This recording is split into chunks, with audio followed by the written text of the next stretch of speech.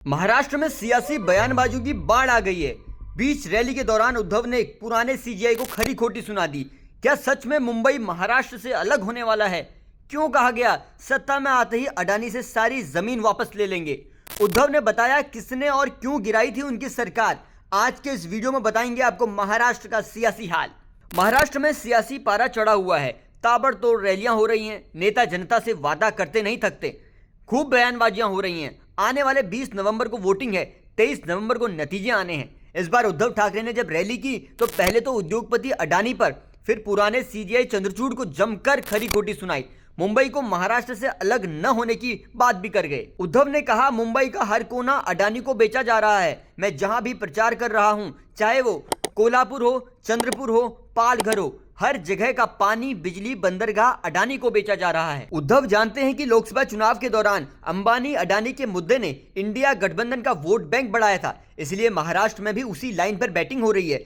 इसलिए उन्होंने ऐलान भी कर दिया कि उनकी सरकार बनते ही पहली कैबिनेट के अंदर अडानी के समर्थन में लिए गए सभी फैसले वापस ले लिए जाएंगे। विश्व आर्थिक मंच एमएमआरए के बीच चल रहे समझौतों को रद्द कर दिया जाएगा। उद्धव का मानना है इसका उद्देश्य बीएमसी के महत्व को कम करना है। नीति आयोग ने मुंबई मेट्रोपॉलिटन रीजन के डेवलपमेंट पर एक रिपोर्ट तैयार की है। इस रिपोर्ट में 2030 तक एमएमआरडीए में $300 बिलियन की जीडीपी का टारगेट तय किया गया है। एमएमआर इस समय $140 बिलियन की अर्थव्यवस्था है, यानी 2047 तक इस क्षेत्र का जीडीपी करीब $1.5 ट्रिलियन तक पहुंचाने की बात है, यानी प्राइवेटाइजेशन के जरिए ही। लेकिन मुंबई मेट्रोपॉलिटन रीजन को जबरदस्त तरीके से डेवलप किया जा रहा है। इसकी सुविधाएं भी आपको बताते चलते हैं। यहाँ फाइनेंशियल सर्विस और fintech, robotics, artificial intelligence, health and education, global aviation, media and entertainment, global capability centre और डेटा सेंटर शामिल हैं। राज्य सरकार के इकोनॉमिक मास्टर प्लान में हाउसिंग,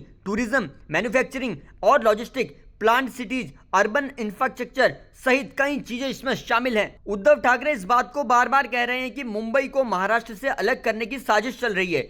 ये एक गंभीर संकट है और वो कभी भी ऐसा नहीं होने देने वाले। ठाकरे दावा भी कर चुके हैं कि साल 2022 में उनकी सरकार गिराने की वजह यही थी कि उन्होंने महाराष्ट्र को लूटने की अनुमति नहीं दी। शिवसेना के हिंदुत्व और बीजेपी के हिंदुत्व को लेकर हमेशा से टकराव दिखता है। उद्धव ने बीच रैली के दौरान बीजेपी पर आरोप लगाया कि वो बाला साहेब ठाकरे के नाम पर वोट मांग रहे हैं। एक इंटरव्यू के दौरान उद्धव ठाकरे ने इस बार पूर्व सीजीआई चंद्रचूड़ को भी खरी खोटी सुना दी।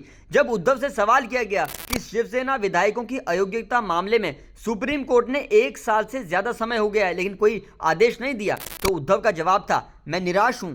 चंद्रचूड़ न्याय देने की बजाय कमेंटेटर बन गए। वो बहुत अच्छा लेक्चर देते हैं, लेकिन मुझे नए सीजीआई संजीव खन्ना से बहुत उम्मीदें हैं। मुझे विश्वास है वो संवैधानिक प्रावधानों के आधार पर निर्णय देंगे। महाराष्ट्र की 288 सीट पर सोमवार यानी 18 नवंबर को प्रचार का आखिरी दिन है। सोमवार शाम तक सभी जगहों पर प्रचार का शोर थम जाएगा। महाराष्ट्र में इस बार ओवैसी किस पार्टी को कितना नुकसान पहुंचा रहे हैं, इस पर हमने एक डिटेल वीडियो आसान भाषा में बनाया है, जिसे अब तक करीब 1.5 लाख से ज्यादा लोग देख चुके हैं। लिंक डिस्क्रिप्शन बॉक्स में दिया गया है, आप वहां से देख सकते हैं। चुनाव की एक एक अपडेट खबर हम आप तक सबसे पहले पहुंचाते हैं। बस आप जुड़े रहिए जनसत्ता के साथ।